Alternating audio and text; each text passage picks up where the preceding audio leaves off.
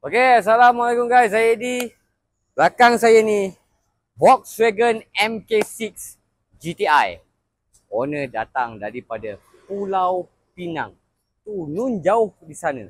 Kami dekat KL di sini. Jadi kita sebenarnya kereta ni datang sebab isu dia berbuai dan ada bling-bling yang keluar pada wire tu. Jadi bila kita check semua tadi memang ada masalah pada wiring tu.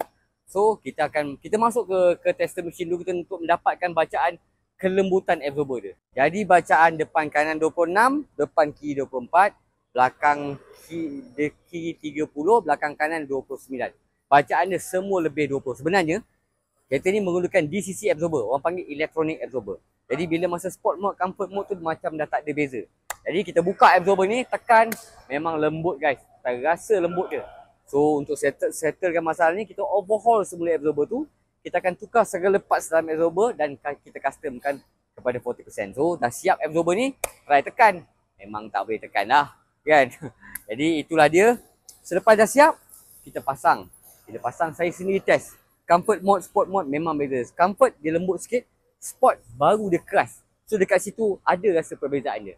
So itulah dia result dia. So selepas tu kita masuk mesin tester. Dekat sini juga boleh tengok depan kiri 15, depan kanan 19, belakang kiri 19, depan kanan belakang kanan 19. Jadi dekat sini purata dia bawah 20.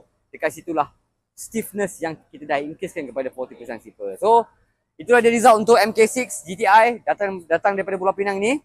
So kepada US kat luar sana yang menggunakan electronic absorber, ada masalah berbuai, ada bunyi-bunyi, jangan risau. Masuk link bio saya ataupun bawah ni ada nombor saya, direct call saya insyaAllah. So jumpa lagi dalam video seterusnya. Yang paling penting guys, kita kena kekalkan original absorber, okay? So insyaAllah jumpa lagi. Bye-bye. Assalamualaikum.